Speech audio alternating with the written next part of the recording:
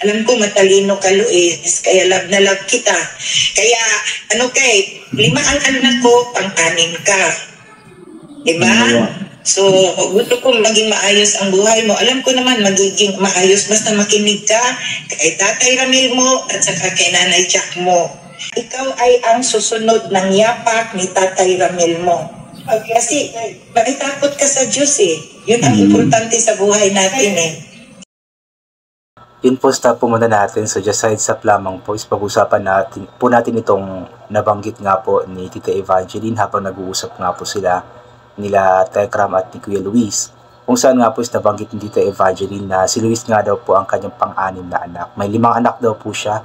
And then si Luis daw po yung itinuturing po niya na pang-anim na anak. So, ibig sabihin talaga is mahal na mahal po talaga niya si Luis at itinuturing talaga niya ang totoong anak niya, totoong kadugo niya. Kaya pala grabe yung support na ginagawa ni Tita Evangeline kay Luis. Imagine guys, yung black card ni Tita Evangeline is ibinigay niya kay Luis. So kapag sinasabi po natin black card is pang po ito, pang VIP po talaga ito. At kahit anong gustong bilhin ni Luis is pwede nga po niyang bilhin gamit ang black card po na iyon.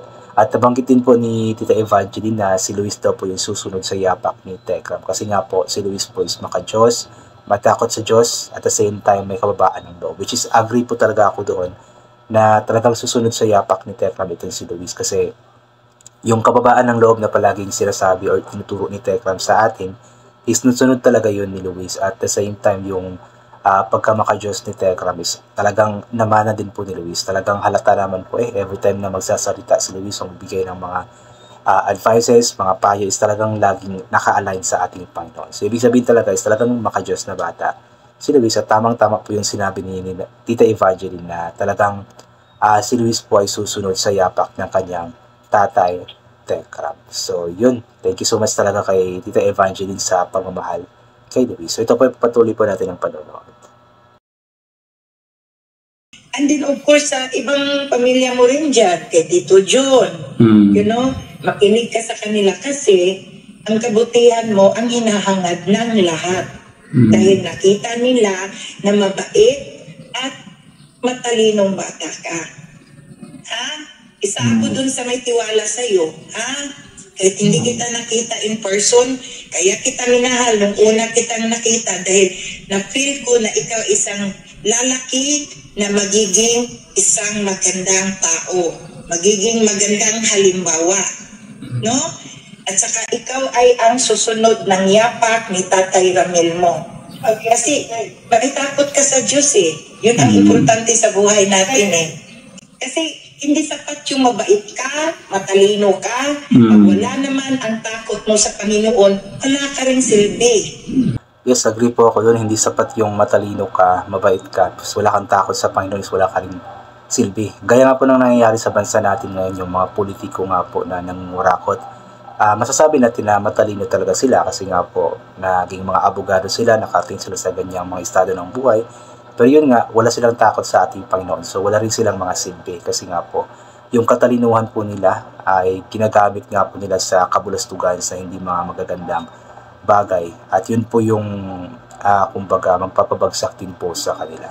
Kaya yun, tama po yung sinabi ni Tita Evangeline na talagang napakabuting bata ni Luis at maging isang modelong bata nga po siya sa mga kabataan na katulad niya, maging hindi sa mga kabataan, maging sa ibang mga tao po, mga adults na mga tao. Kasi nga po, talagang napakabait na bata ni Luis. May takot siya sa Panginoon at palagi po niyang ibinabahagi ang kanyang natutunan sa simbahan sa ating lahat. Kaya tama si Tita Evangeline na talagang susunod sa yapak ni Tekram itong si Luis.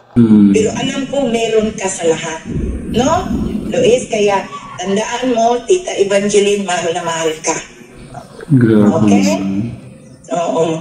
So, magpakabait ka. Gusto kong makita ka na in person, ay naku, mayakap talaga kita, anak ka. Yakapin talaga kita, bubuhatin talaga kita. Ay, grabe naman nun.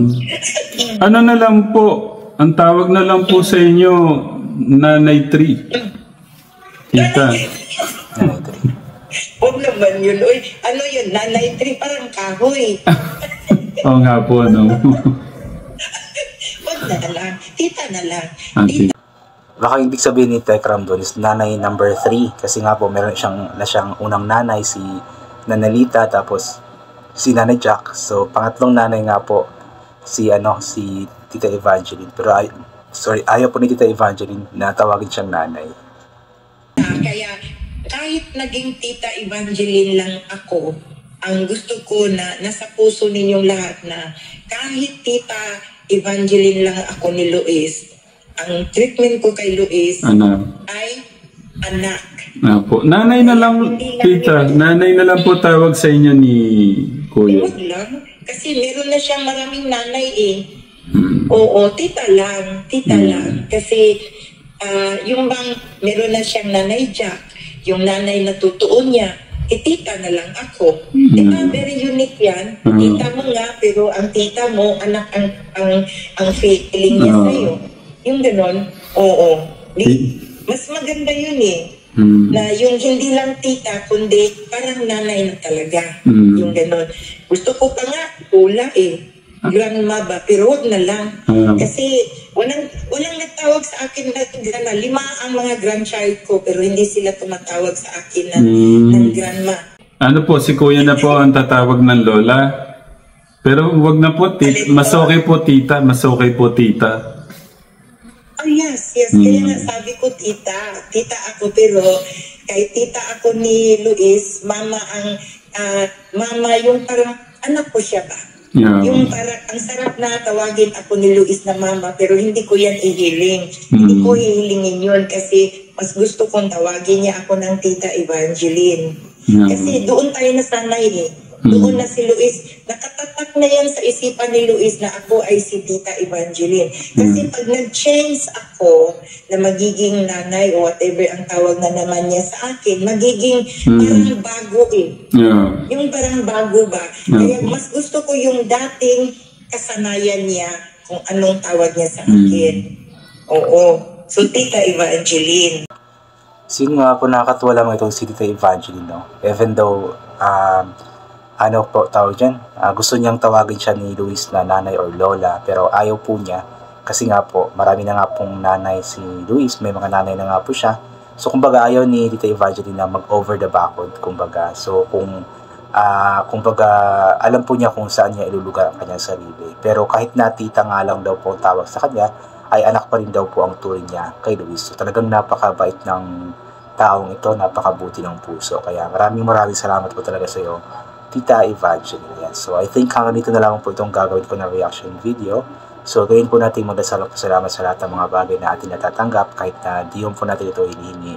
Kasi nga po lahat ng mga bagay na meron tayo ay kalob sa atin ng ating Panginoon at wala ang mga bagay na ito kung hindi dahil sa Kanya. Then, yun po, ipag-pray po natin yung mga nasalantaan ng bagyong Tino at saka Uwan na sana makarecover po sila. Agad-agad at ipag-pray po natin sila ang Tekram team na nasa Cebu nga po ngayon, na maging successful nga po ang kanilang mission doon. So, God bless po sa ating lahat at bye for now.